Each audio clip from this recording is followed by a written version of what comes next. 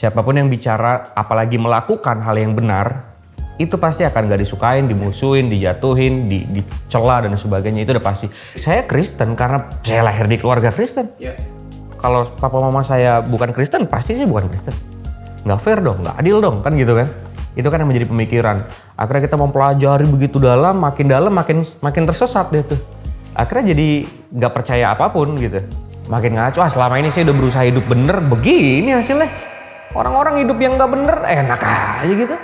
Ya kan? Kerjaan lancar, keluarganya baik-baik aja, keuangan segala macam bisnisnya oke gitu. Hidup benernya salah gue ini. Nggak cuan gue hidup bener kan gitu kan. Kamu kecewa sama Tuhan, udah pasti karena kamu melogikakan Tuhan. Setan atau satanik dan sebagainya itu selalu berusaha menjatuhkan dan menghancurkan kita anak-anak Tuhan. Sehingga serangan-serangan itu banyak sekali. Salah satunya ya kecelakaan di lokasi syuting yang nggak masuk akal itu. Ya orang, ini kita seling tuh udah 2 loh. 1 ke atas, 1 ke belakang. Pas terbang, kok palanya nunduk ke belakang. Jadi mendaratnya langsung di ubun-ubun kepala nih. Leher patah kan cuma 2. Kalau nggak langsung meninggal di tempat, pingsan terus meninggal, atau hidup nih, tapi lumpuh ke bawah. Kadang-kadang manusia tuh harus hampir mati dulu gitu. Untuk bikin dia sadar kalau kita tuh selemah itu. Sahabat, setiap kita memiliki perjalanan iman. Dan seringkali di dalam perjalanan itu kita memiliki pertanyaan-pertanyaan dalam hati kita.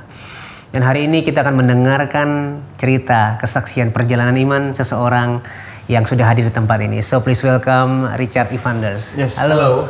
Welcome to Solusi, Richard. Thank you so much. Terima kasih banyak buat waktunya di tengah kesibukannya mau hadir di sini untuk bercerita. Yes, puji Tuhan. Buat sahabat Solusi, thank you banget. Tapi boleh nggak sih perkenalan dulu siapa sih seorang Richard Evander ini? Oke, aku latar belakangnya mungkin bekerja di dunia entertainment ya. Dan juga lahir dari keluarga yang Kristen banget gitu. Sehingga ketika masuk ke dunia entertain, tentunya melihat secara langsung banyak sekali pemikiran-pemikiran, perbedaan-perbedaan yang selama kita dari kecil itu nggak pernah kita lihat, nggak pernah kita tahu nih gitu kan. Nah sehingga itu menjadi proses tersendiri tuh dalam hidupku. Ya puji Tuhan sampai sekarang atas anugerah Tuhan masih di dunia entertain ya, bekerja di dunia entertain gitu. Dan terus melanjutkan aja sih. Oke. Ya, kamu sendiri berkata bahwa kamu tumbuh dalam keluarga Kristen yang ketika kamu dewasa dan masuk ke dunia entertainment ternyata ada hal-hal yang selama ini tidak pernah dilihat. Ya. Nah, sebenarnya value apa yang ditanamkan oleh orang tua kamu sejak kecil? Mungkin karena dari kecil tuh ikut sekolah minggu, terus kalau papa mama ibadah kalau nggak salah Rabu apa Kamis tuh, setiap hari Rabu atau Kamis itu kan ada ibadah tengah minggu. Jadi pasti tentunya mama papa kasih value tuh harus hidup dalam Tuhan, harus hidup bener gitu. Harus menjadi anak Tuhan yang sesungguhnya dimanapun itu. Tapi itu kan teori. Dari kecil kita dengar teori itu. Nah ternyata pas masuk ke prakteknya, wah tidak semudah itu. Gitu.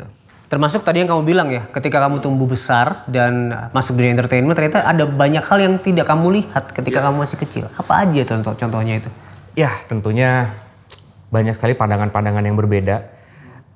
Kita tuh hidup di dunia dimana kalau lebih banyak orang berpikir sesuatu berarti benar. Karena lebih banyak yang mikir. Kalau yang mikir 5 nih tentang A, yang mikir tentang B cuma 1, berarti yang benar yang 5. Padahal kan faktanya nggak gitu. Kebenaran kan tidak ditentukan oleh mayoritas seberapa banyak orang berpikir. Ada beberapa orang setuju tentang, mohon maaf nih, kalau saya adalah orang yang percaya bahwa pria dan wanita adalah sepasang. Nggak bisa pria-pria, nggak bisa wanita-wanita. That's not true gitu, dimanapun itu. Tapi kan ada sebagian perkumpulan grup atau situasi lingkungan, kalau kita di lingkungan itu, mereka di lingkungan yang semuanya setuju tuh kalau itu benar, tapi kan kita sendiri yang nggak setuju. Nah hal-hal seperti itu banyak sekali kita temui. Perbedaan-perbedaan pemikiran-pemikiran yang ekstrim bahkan yang udah jauh dari kebenaran. Tapi karena banyak orang setuju jadi dianggap benar. Padahal sampai kapanpun itu nggak bisa jadi benar. Nah itu kan sebuah pernyataan yang menurutku cukup akan membuat kamu tidak disukai banyak orang. Ya, termasuk yang tadi ya, aku percaya pria dan wanita sepasang, tidak mungkin pria dan pria, wanita dengan wanita, apalagi di dunia entertainment. Kamu pernah nggak ngalamin kayak kamu standing on your truth, on your point ini, sehingga kamu nggak diterima, nggak disukai gitu? Yes, pasti siapapun yang bicara tentang kebenaran pasti dia akan dimusuhi ya. Itu baru bicara, apalagi melakukan. Siapapun yang bicara apalagi melakukan hal yang benar, itu pasti akan gak disukain, dimusuhin, dijatuhin, dicela dan sebagainya. Itu udah pasti. Di dalam dunia apapun tuh, mau bisnis, politik, entertainment, everything. Ya tentunya pasti gak enak lah. Kadang-kadang kita merasa aduh beda sendiri nih gitu kan.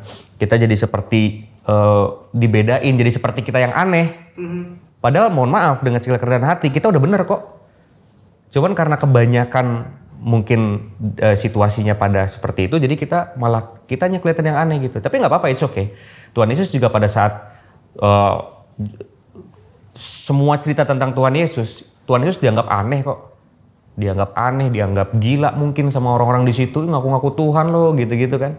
Ya kita hanya mengikuti apa yang Tuhan ajarkan aja sih. Dengan skala yang jauh lebih ringan tentunya. Jadi harusnya it's okay sih. Harusnya it's okay sih. Ya, tapi sebelum pada akhirnya kamu bisa berbicara seperti ini, ternyata kamu pernah ada pertanyaan yang timbul dalam hatimu. Yeah. Apakah itu muncul dari hal-hal yang nggak pernah kamu lihat selama kamu kecil? Oke. Karena dari kecil kan kita taunya hanya pengajaran tentang kekristenan gitu.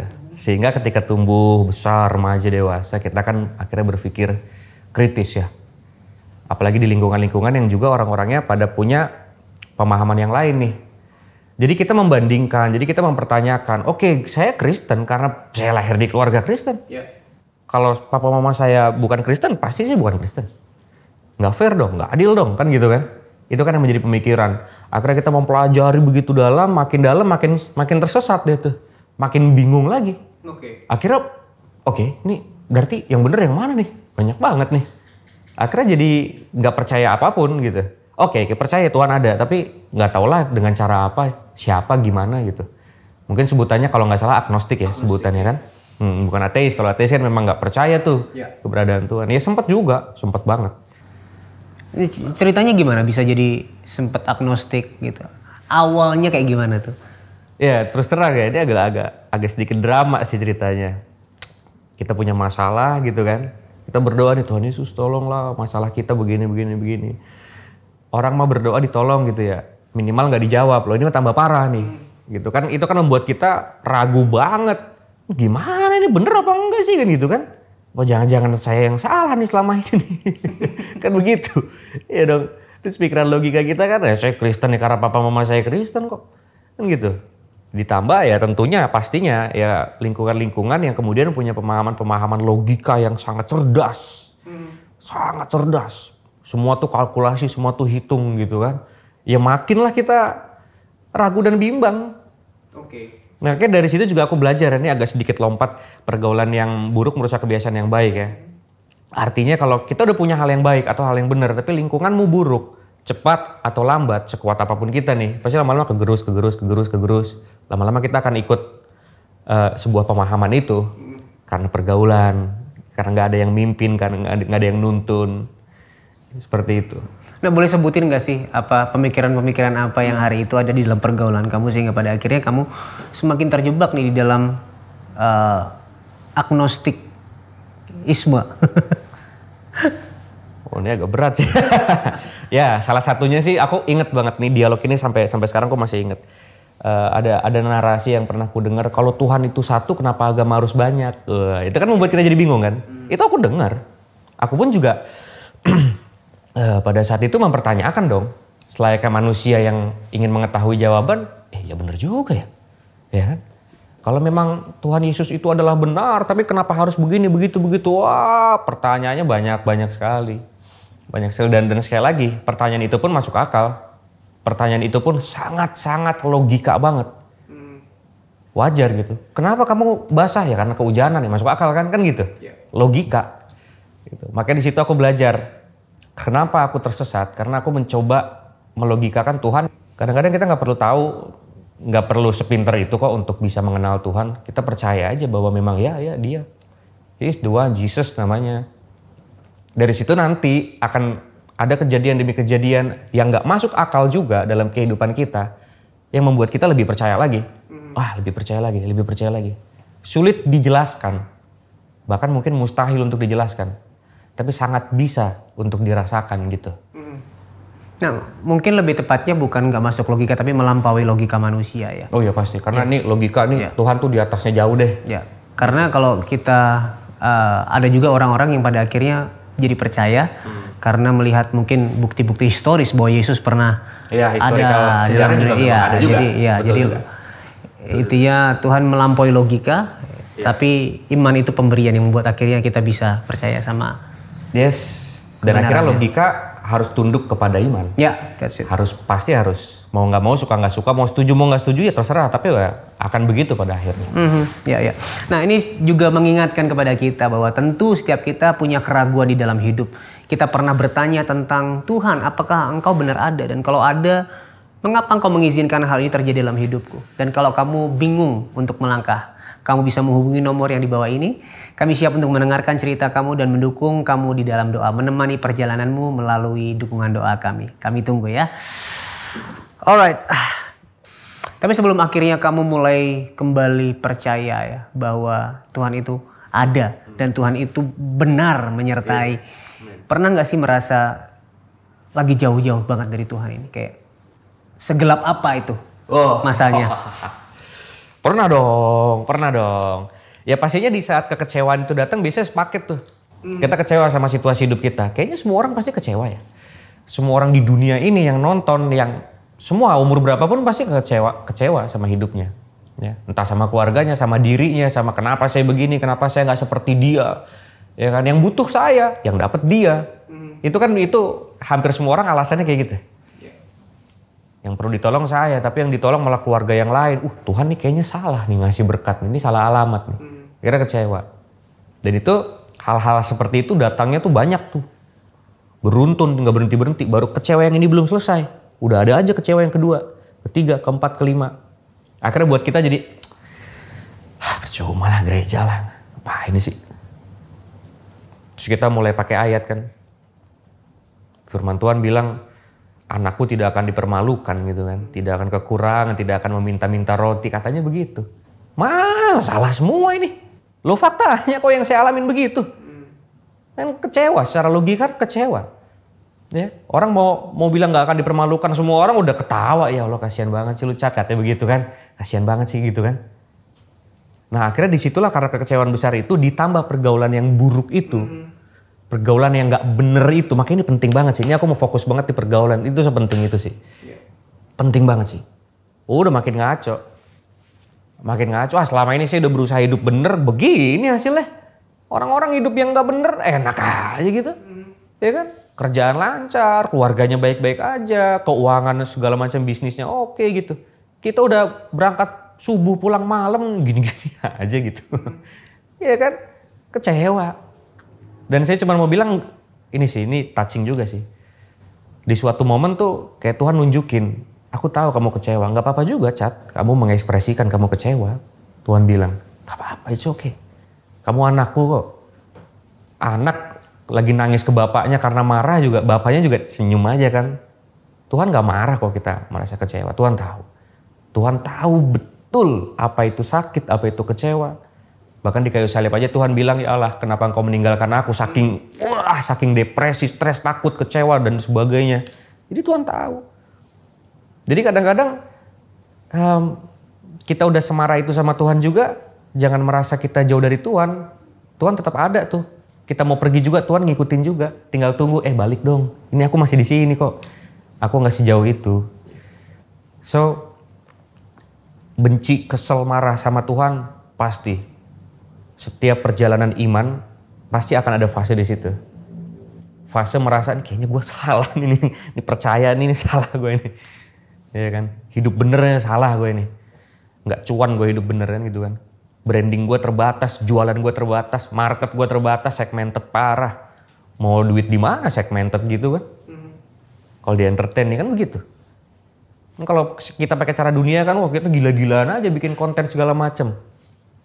Yang rusuh-rusuh itu kan engagement gede. Menjual ya? Menjual. Iya. Tapi kalau kita ngomong kebenaran kan paling 100-200 orang doang yang likes gitu. Itu juga orang Kristen semua. Mau duit dari mana bang? Kan gitu kita pikirnya.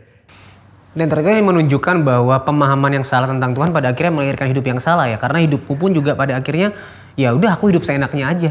Iya. Toh Tuhan kayaknya nggak pegang hidupku nih, nggak ada gunanya nih. Betul. Nah sedalam apa sih kamu jatuh ke jurang itu hari itu? Sedalam apa ya, bingung juga bilangnya. Ya mungkin karena kan aku berusaha untuk jujur apa adanya ya. Itu nggak perlu ada yang ditutupin.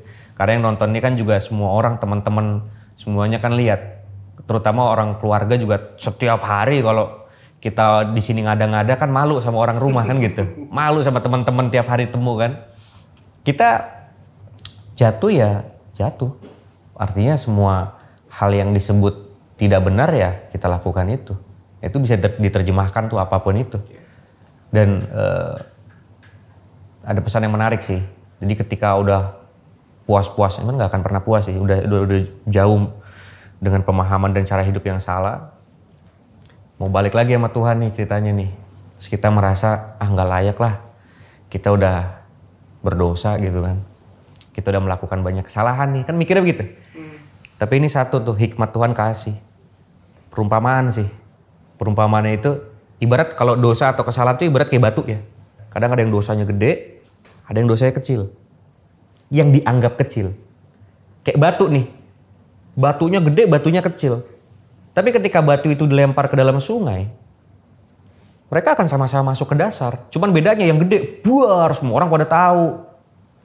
Yang kecil, plep, gak ada yang tahu. Nah kadang-kadang kita yang suka merasa sok bener ini, merasa dosanya kecil gak ada yang tahu, kita merasa lebih bener dari yang gede. Padahal sama-sama di bawah. Makanya yang menyelamatkan kita kan bukan kesucian kekudusan kita, gak pernah. Tapi darah Yesus kasih karunia-Nya yang kita percaya, kita terima, sehingga Yesus tuh mati bukan untuk kita. Bukan. Yesus mati sebagai kita gitu. Iya, beda itu mirip tapi konteksnya lebih dalam tuh. Oh dia di kayu salib untuk kita, enggak, sebagai kita. Itu kita itu. Cuma diwakilin sama Yesus di kayu salib gitu. Nah, itu kan powerful. Sehingga mindset kebenaran itulah yang akhirnya buat kita oke, balik lagi, bertumbuh lagi. Belajar lagi sama Tuhan, jalan lagi sama Tuhan. Mulai semua dari awal, dari nol, mulai lagi, it's okay. It's okay, yang penting kali ini bener-bener kita jalan disertai Tuhan. Ya. Setelah jatuh ke dalam kegelapan itu ya, maksudnya setelah pada akhirnya kamu, oke, aku nggak Tuhan-Tuhanan lagi lah, buat apa ke gereja gitu. Momen apa yang pada akhirnya membuat kamu benar-benar berjumpa pribadi dengan Tuhan? Oke. Jadi pas COVID itu 2020 kan, itu udah habis tuh ceritanya semuanya tuh. Akhirnya kita udah kecewa lah, semua juga kakak-kakak rohani, deh gereja lagi dong deh. Nah, gereja aja terus lu sampai kaya lu udah mati gitu kan. Ngapain gereja gitu, udah kecewa banget lah. Intinya kecewa banget. Terus jadi Tuhan pertemukan sama salah satu orang ya, kakak rohani sekaligus bapak rohani juga. Dari Kalimantan, kenal juga enggak. Nah Tuhan bisa pakai orang tuh buat balikin kita lagi. Di situ si Pak Perdi M. Yosep namanya. Jadi si Pak Perdi ini ketemu nih sama saya. Kebetulan dia tuh kayak punya hikmat gitu. Jadi tuh nih agak aneh nih, aku pun juga masih bingung sampai sekarang kenapa bisa. Ini kita ketemu nih Kak. Baru ketemu, salaman, terus tiba-tiba dia langsung nebak aja. Kamu gini ya. Ih bener semua lagi. Saya pikir ada yang ngasih tahu dia, ternyata enggak. Sama sekali enggak. Nih saya enggak saya lebih-lebihin, enggak saya kurang-kurangin. Ini bisa dibuktikan 100%. Di situ saya, dukun apa gimana orang ini? Ya kan? Kok bisa tahu? Kok abang bisa tahu? Saya bilang, kok bapak bisa tahu? Iya, nggak tahu. Tuhan bicara aja di hati saya. Aneh juga nih. Masalahnya ini identik nih, spesifik nih. Ini nggak mungkin nih ada orang tahu tentang ini. Nggak mungkin. Ini orang nggak kenal kok dari Kalimantan, Kalteng, Murung Raya lagi jauh banget itu dari Jakarta gitu. Kok bisa tahu? Akhirnya dari situ saya makin penasaran. Ya bertumbuhlah akhirnya dibimbing sama si Pak Perdi ini. Oh pertanyaan-pertanyaan segala macam saya tanyain ke beliau. Sambil di saat yang bersamaan ya, ini sambil ya. Itu kita waktu itu aku sempat karena lagi drop banget tuh yang tadi kita bahas secara ekonomi segala macam lagi kesusahan. Kita jualan minuman es pinggir jalan, kita jualan streaming online, semua kita lakuin tuh. Jadi gengsi, dibilang gengsi pasti gengsi lah. Kita ibaratnya udah tahu rasanya peran utama sinetron, RCTI segala macam, apa MNC TV, tapi tiba-tiba kita harus pinggir jalan kan rasa-rasanya nggak enak juga gitu. Ya kan, bukannya sombong apa gimana, tapi aduh gini banget gue ya. Ya kita mulai lagi dari nol. Nah di situ tuh, di titik di poin itu, Tuhan tuh banyak ngasih sesuatu yang buat saya pribadi tuh jadi balik lagi, percaya lagi sama Tuhan nih. Ya salah satunya dari orang, dari si bapak ini yang dikirim Tuhan dari Kalimantan, yang tiba-tiba di hari itu ketemu, kenal juga enggak, tiba-tiba ngomongnya begitu. Itu salah satu cara. Jadi untuk Tuhan yang mau balikin seseorang tuh 1001 cara sih. Bisa lewat orang lain, bisa lewat peristiwa, bisa lewat kejadian apapun itu. Jadi respon pertama apa yang kamu keluarkan ketika pada akhirnya ada momen di mana Tuhan, ini loh ayo balik gitu. Melalui Bapak Perdi tadi ya. Salah satunya Bapak Perdi. Nah ini tadi sorry kelupaan ceritanya. Itu kan udah berjalan tuh tahun 2022. Itu tuh kalau nggak salah masih pakai masker tuh. Cuma udah pada boleh keluar rumah. Tiba-tiba orang RCTI telepon. Chat, nih ada sinetron nih, stripping. Mau syuting nggak? Dalam hati, ini yang gue nantikan 2 tahun ini. Kenapa baru sekarang kau telepon gitu kan? Mau lah om, kapan syutingnya? Besok, ini jam 2 subuh. Sorry bukan besok, nanti jam 8 pagi callingan. Di Buperta Cibubur kan. Gas, udah pokoknya gas, mau nggak tidur yang penting kan stripping kan. Terus aku mikir, maksudnya apa nih Tuhan ya? Ini Tuhan udah kayak, kita udah gak percaya lagi sama Tuhan. Ya udah gak bakal lah, udah gak bakal bisa lah saya ditolong. Gak bakal mau juga Tuhan nolong saya kayaknya gitu. Datanglah Pak Perdi, datanglah si callingan syuting ini. Itulah yang membuat saya, kok semakin gua ngambek semakin dikasih ya gitu. Maksudnya, ini maksud Tuhan apa nih? Ini gimana sih? Balik lagi, kok bisa jam 2 subuh? Itu jam kantor juga enggak itu. Gak ada orang di kantor sampai jam 2 subuh ngapain gitu. Maksudnya, untuk hal besar kayak gini ya, gitu. Kemungkinannya kecil, sangat kecil. Tapi kok, wah ternyata bener. Iya yang harusnya jadi peran ini, si artis ini tuh some reason cancel. Sedangkan syuting udah harus jam 8 pagi, udah callingan semua set properti apa, udah jadi, udah tinggal jalan kan nggak mungkin kan. Makanya cari penggantinya siapa nih? Oh, inget lah Richard Evander nih ya. Ini orang kan selalu bisa nih, selalu bisa emang dia nih. Oh ya ditelepon. Nah itu kan sebuah kebetulan yang kemungkinannya kecil gitu. Kok bisa gitu loh. Dan kenapa saya, kan banyak juga opsi-opsi lainnya gitu.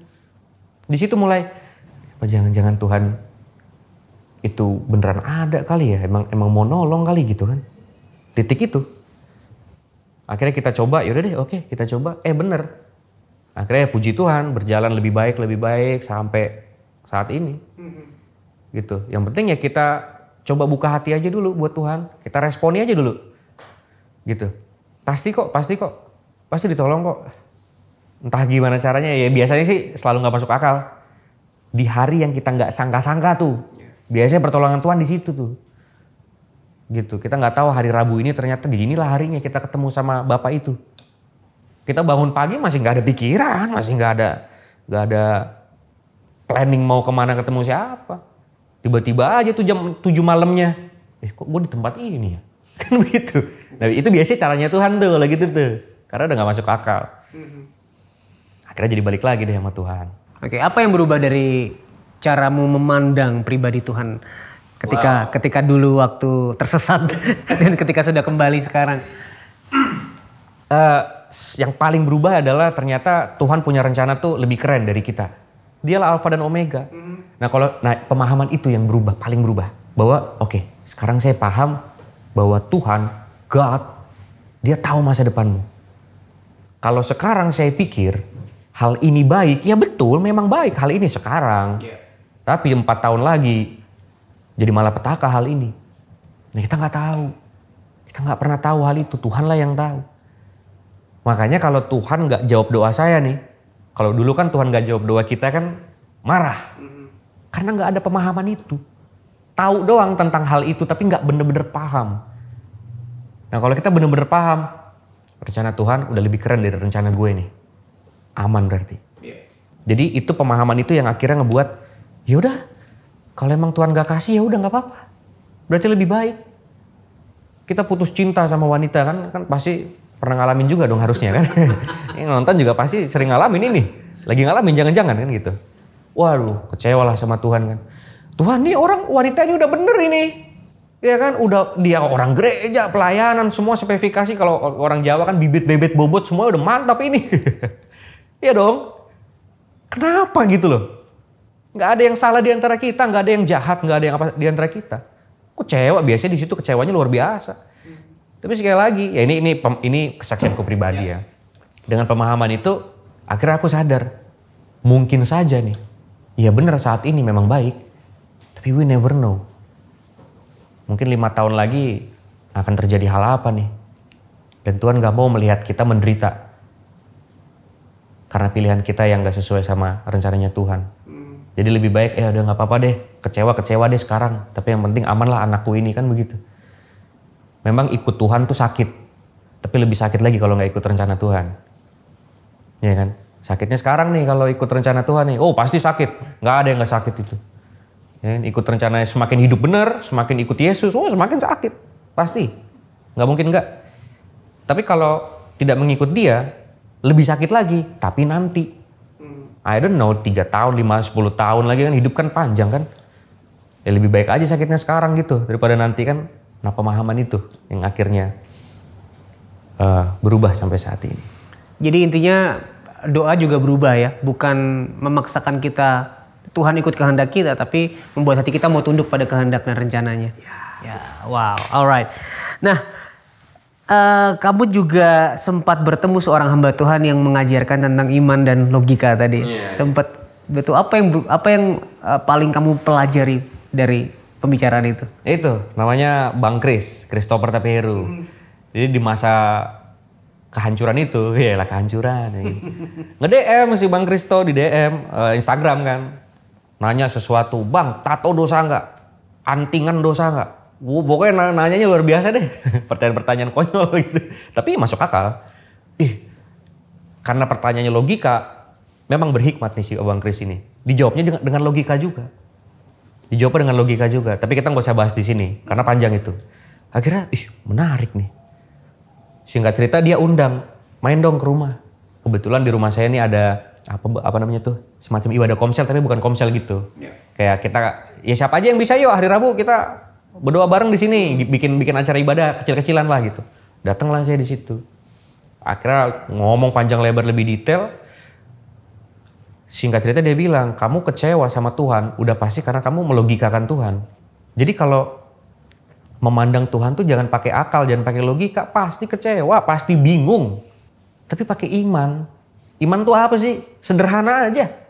Ini kita nggak ngelihat, ini nggak masuk akal, tapi kok percaya aja ya saya. Gitu. Itu iman tuh. Nah dari iman itu nanti timbullah realita-realita yang akhirnya buat kita lebih percaya lagi. Dan itu pasti sulit dijelaskan.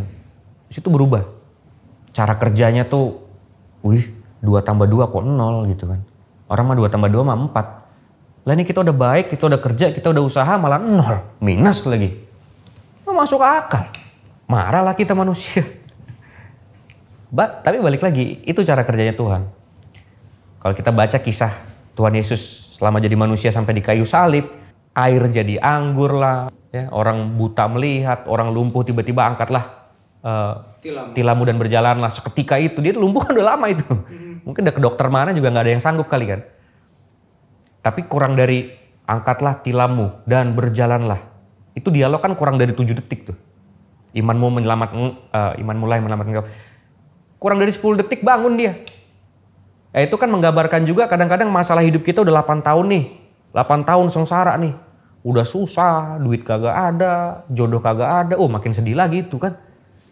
8 tahun penderitaan, tapi Tuhan bisa buat. Kurang dari 1 hari untuk mengubah semua itu kok. Itu buktinya kok, angkatlah tilammu itu kan bukti itu. Nggak logika kan. Kalau logika kan ya lu kerja, nabung, nanti 3 tahun tabungan lu sekian bro. Lu depositoin 6% tuh per bulan, 5% logika. Tapi Tuhan gak pernah logika. Makanya kalau hidup sebagai orang yang percaya sama Yesus, semakin pakai logika, semakin capek, semakin kecewa. Jadi kayak akan ada lagunya tuh, let it go gitu kan. Let it go, ya let it go aja. Let it go aja. Kita nggak pernah tahu apa yang terjadi besok. Dan itu nanti outputnya rendah hati. Nggak bisa tuh kita sombong tuh. Nggak bisa kita merasa lebih baik tuh. Saya ngomong gini aja nih. Mungkin besok, bukan mungkin lah, pasti. Pulang nanti juga pasti saya buat kesalahan. Mungkin yang saya nggak sadarin. Minggu depan, bulan depan, tahun depan, we never know gitu. Pemahaman itu sih yang akhirnya berubah. Dan pada akhirnya pemahaman, pengenalan yang benar terhadap Tuhan mengubah cara hidup juga kan. Tentu kamu yang bilang kamu jadi semakin rendah hati, semakin bisa percaya sama kehendak dan rencana Tuhan. Selain itu apa lagi yang berubah? Sadar diri gitu. Sadar diri. Maksudnya begini Kak, kadang-kadang sadar diri dalam artian bahwa sadar bahwa kita manusia tuh sangat rentan dan sangat lemah terhadap dosa dan kesalahan. Walaupun kita udah ngomong-ngomong begini, kita udah pelayanan, bahkan kita udah berkhotbah deh sekalipun ya. Kita tetap bisa banget jatuh dalam dosa dan kesalahan. Makanya nih minta izin, saya selalu bilang kalau di acara manapun nih Kak, mau di podcast atau di undangan manapun ya, bahwa kita nih orang biasa yang punya Tuhan yang luar biasa. Kita nih orang jahat yang punya Tuhan yang baik. Jadi kita nggak bisa merasa pede, itu nggak bisa. Ada sekali merasa pede, pasti jatuh. Sadar diri itu yang akhirnya berubah juga. Wow. Oke, tapi ternyata bahwa perjalanan imanmu juga tidak berhenti sampai di situ. Karena aku dengar nih beberapa waktu lalu kamu mendapatkan satu momen refleksi untuk kembali merenungkan tentang hidup, merenungkan tentang Tuhan melalui kecelakaan waktu syutingnya. Oh iya tuh. Syuting film Gereja Setan kalau nggak salah ya? Gereja Setan the movie ya. Apa yang terjadi hari itu? Wah, jadi itu kan film tentang satanik ya. Diangkat dari kisah nyata Mongol Stress, stand up comedian. Memang dulu kan beliau itu kesaksiannya juga udah banyak ya, ikut satanik gitu. Jadi film itu adegannya tuh adalah kita kebenaran tidak akan pernah bisa dikalahkan oleh apapun. Dan setan atau satanik dan sebagainya itu selalu berusaha menjatuhkan dan menghancurkan kita anak-anak Tuhan. Gitu. Nah jadi berat tuh film itu, sebenarnya berat. Maknanya berat banget. Karena kita bener-bener dalam sudut pandang Kristen, film Indonesia tapi dalam sudut pandang Kristen, jadi kita nggak boleh salah nih dalam menerjemahkan ini. Sehingga serangan-serangan itu banyak sekali. Salah satunya ya kecelakaan di lokasi syuting yang nggak masuk akal itu. Ya orang, ini kita seling tuh udah 2 loh. 1 ke atas, 1 ke belakang. Secara fisika aja nih seharusnya, udah hampir nggak mungkin lah bisa ke belakang gitu tuh, hampir nggak mungkin banget gitu. Kecuali ada yang maksa, ada yang dorong. Secara fisika gitu ya, karena udah ditarik kenceng dari belakang sambil di atas.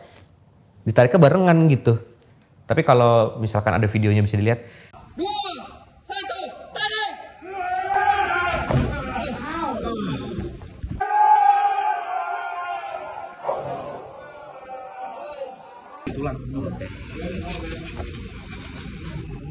Pas terbang, kok palanya nunduk ke belakang. Jadi mendaratnya langsung di ubun-ubun kepala nih. Jadi kaki di atas, kepala di bawah. Gini, mendarat di ubun-ubun, ngek. Lantai. Lantai bukan matras gitu. Dan itu kirain leher nih patah nih, leher nih fix. Leher patah kan cuma 2. Kalau nggak langsung meninggal di tempat, pingsan terus meninggal, atau hidup nih tapi lumpuh ke bawah. Aduh, dua-duanya nggak ada yang lebih bagus lagi kan. Pas jeder, aduh Tuhan, mana masih muda, belum nikah, mikirnya udah kayak begitu kan. Ya ampun, gini banget ya, kacau dah hati, kacau. Itu udah nggak ngerasain sakit karena masih shock kan. Pas jedernya mah nggak sakit, udahan ya baru ampun dah. Wah itu nyaris. Ternyata nih puji Tuhan ya, mendaratnya tuh kena dampak impact kencengnya tuh di sini nih, di pundak sini. Bukan di leher ya? Bukan di leher banget. Jadi ini kan berapa senti? 4 senti, 3 senti dari tulang leher. Kalau 3 senti lagi lewat, tulang leher yang jadi tumpuan utama menahan gaya sebesar itu dari atas, ditarik kenceng, plus berat badan saya juga, plus tarikannya juga, ya nggak mungkin nggak patah lah. Pasti patah. Kalau patah ya opsinya kalau nggak meninggal, cacat seumur hidup. Makanya saya mikir, wah ini 3 senti dari kematian nih kalau di judul-judul film kan. Ya itu bener itu, saya alamin. Tapi dari situ mujizat Tuhan tuh. Akhirnya dibawa ke rumah sakit. Lucunya nih aneh banget, di rumah sakit tuh dokternya ngelihat segala macem, nggak pakai di foto apa namanya kalau foto tulang tuh nggak pakai di ronsen, apalagi MRI kalau nggak salah, nggak pakai. Dilihat sakit enggak sih? Nah ini nggak apa-apa kok, cuman akhirnya apa dikasih obat ini salep benjol. Orang mah diapain? Nggak salep benjol. Udah pulang besoknya syuting lagi. Itu kan nggak masuk akal. Maksudnya tuh, wah kok bisa ya saya selamat gitu. Kan 3 senti lagi kak. 3 senti kan paling segini gitu. Kalau ini beneran segini kan sangat tipis lah ya. Tipis banget. Itu membuat, nggak tahu ya, mungkin kadang-kadang manusia tuh harus hampir mati dulu gitu. Untuk bikin dia sadar kalau kita tuh selemah itu. Selemah itu. Dan kita membutuhkan itu sama Tuhan gitu. Yesus namanya. Karena kita nggak berdaya itu, apapun bisa terjadi. Dan itu ya kita semua udah ngalamin dengan ceritanya masing-masing lah. Mungkin kalau di saya ceritanya kejadian itu, tapi pasti yang nonton semua udah ngerasain kan. Kadang-kadang tuh Tuhan izinin kita hampir mati dulu tanda kutip. Sebenarnya bukan untuk mencelakai kita, enggak. Untuk bikin kita sadar. Paham, kamu harus paham ya. Kamu tuh membutuhkan aku loh kata Tuhan gitu. Karena yang benci kamu itu banyak banget nih setan-setan ini nih. Iblis-iblis itu benci banget sama kamu gitu. Selalu pengen menjatuhkan anaknya. Ya kan? Karena iblis kan gak bisa menjatuhkan Tuhan. Makanya anaknya yang mau dijatuhin. Kan kalau anaknya rusak kan bapaknya sedih kan. Makanya kita perlu perlindungan dari Tuhan Yesus namanya. Pemahaman itu yang akhirnya didapatkan. Ya. Nah sahabat solusi seringkali kita lupa bahwa kita membutuhkan Tuhan. Sehingga kita memakai kekuatan kita, pakai pikiran kita, pakai kemampuan kita untuk menyelesaikan setiap masalah.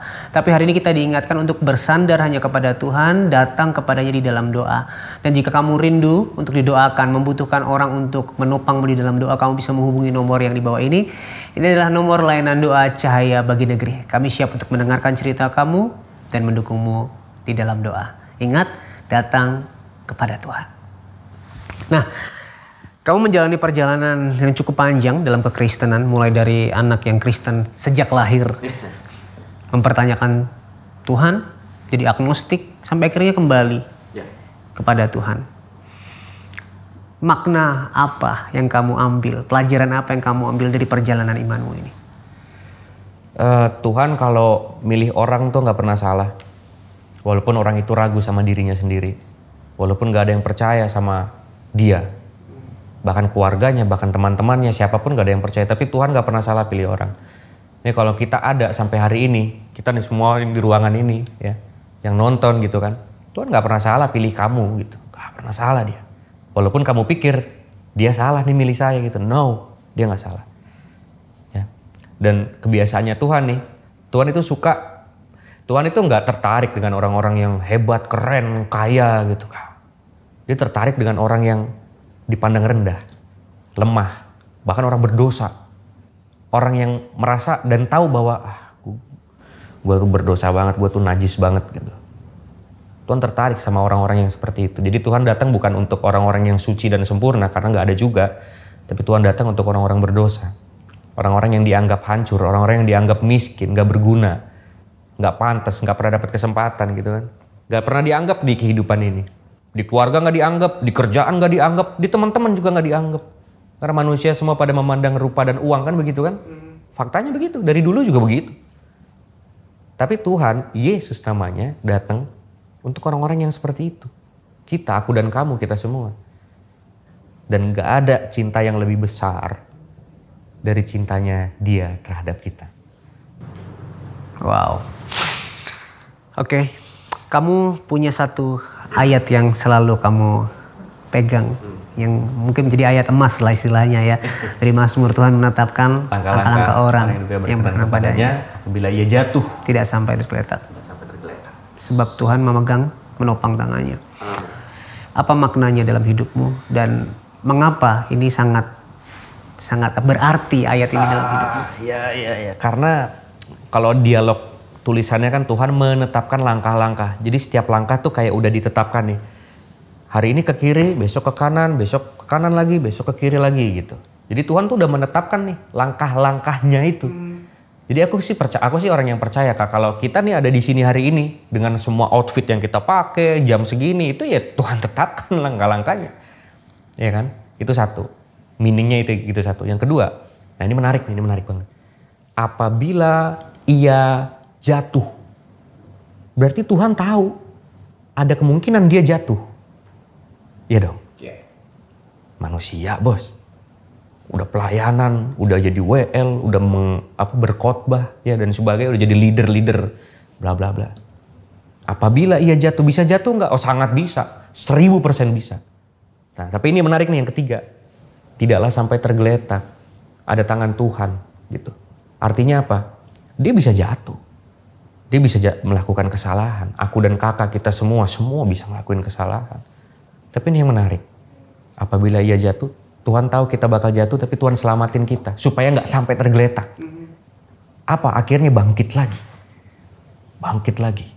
dan lagi, terus. Nanti jatuh lagi gimana Kak? Ya bangkit lagi. Itu ayatnya kok. Karena dulu mungkin saya terlalu setelah proses bertobat itu ya, maksudnya bukan bertobat sih, bahasanya ini banget kalau bertobat ya. Setelah proses menyadari bahwa Tuhan itu sebaik itu gitu kan, saya sempat jadi pribadi yang terus-menerus menyesali dan merasa nggak pantas, merasa nggak layak gitu. Bahkan sampai detik ini pun saya ngomong masih dengan perasaan itu. Ini proses saya ini saya sharing jujur apa adanya. Tapi ayat itu selalu jadi kekuatan gitu. Bukan kamu Cat yang ngomong, emang kamu yang ngomong, enggak. Bukan tentang kamu kali. Kamu mah berdosa udah pasti berdosa lu mah. Sampai kapan juga. Emang bukan tentang kita, kehidupan ini bukan tentang kita kok. Kalau kita mau berusaha suci kudus terlihat sempurna kayak apa juga. Lah bukan tentang kamu kok. Ngapain harus minder, ngapain juga harus bangga. Ini kalau ngomongin Yesus kita gak usah membanggakan diri, gak usah minder juga. Karena kita gak membicarakan diri kita kok. Kita membicarakan tentang Yesus kok. Nah ayat itu yang selalu menjadi kekuatan. Kadang-kadang kita suka, yang udah pelayanan di gereja juga kan, dulu kan aku sempat pelayanan di gereja juga. Kadang-kadang kita suka merasa, aduh nih sempat jadi drummer juga, sempat jadi singer, bukan WL ya, singer juga tapi naik ke mimbar nih, lu jemaat nggak tahu aja nih apa yang gue lakukan gitu kan. Iya kan itu fair-fairan. Bahkan atas anugerah Tuhan sesekali beberapa kali tuh diundang pelayanan jadi pengkhotbah. Saya bilang, Pak saya bukan pendeta, Pak kok jadi pengkhotbah. Saya bilang kesaksian aja. Oh yaudahlah kesaksian. Di atas panggung kan udah macam orang paling bener aja itu. Wah macam udah mantap banget gitu kan. Tapi balik lagi, enggak. Orang berdosa kita. Asli orang berdosa kita. Kita ada di situ hari itu, kalau Tuhan gak izinin gak bakal jadi. Tapi kita ada di hari itu, kalau memang Tuhan mau, pasti jadi. Even kita berusaha meng-cancel kayak gimana pun, pasti jadi aja tiba-tiba. Nah makanya untuk kita bisa punya confident, bukan confident dari kita lagi, tapi confident dari Tuhan. Untuk berbicara tentang dia tuh bukan karena, oh lu pede, memang lu public speaking lu bagus, lu public figure biasa ngomong depan orang. Bukan itu lagi yang dipakai. Tapi kepercayaan diri yang timbul dari pemahaman bahwa ini tentang Yesus bos, bukan tentang kita gitu. Ayat itu yang menguatkan sekali lagi. Thank you banget buat hari ini. Buat kesaksiannya, buat ceritanya, buat renungannya, bahkan buat pengingatnya bagi sahabat solusi. Tapi terakhir boleh gak aku minta satu pesan bagi sahabat solusi yang hari ini mungkin sedang mempertanyakan Tuhan. Tuhan ada gak sih? Wow.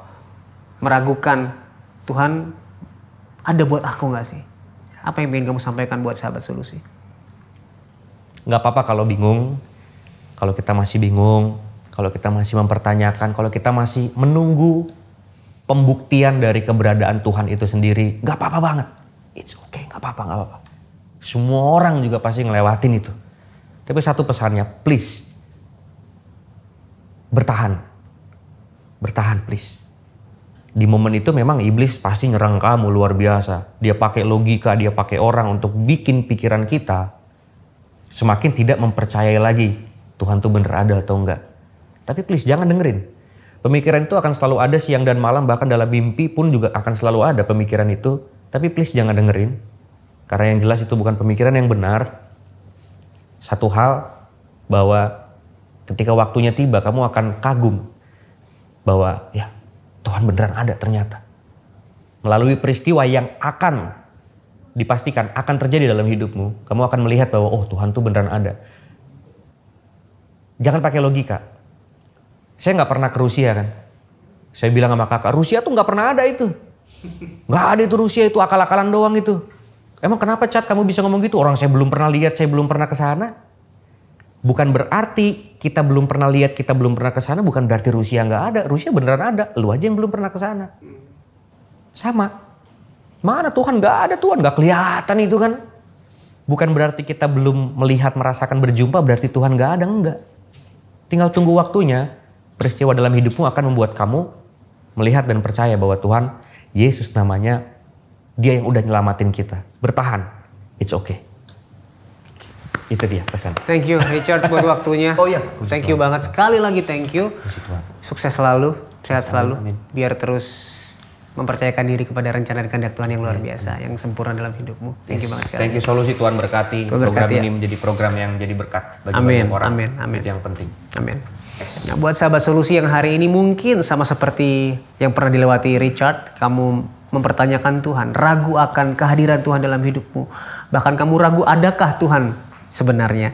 Dan kamu rindu untuk bercerita, menceritakan keraguanmu dan rindu untuk didukung dalam doa, kamu bisa menghubungi nomor yang di bawah ini. Ini adalah nomor layanan doa Cahaya Bagi Negeri. Kami siap untuk mendengarkan cerita kamu, membimbingmu dan menuntun juga menopang di dalam doa. Ingat, kamu tidak sendirian. Jadi kami tunggu ya. Ingat, Tuhan Yesus sangat mengasihimu dan apapun permasalahanmu, di dalam Tuhan pasti ada solusi. Amin.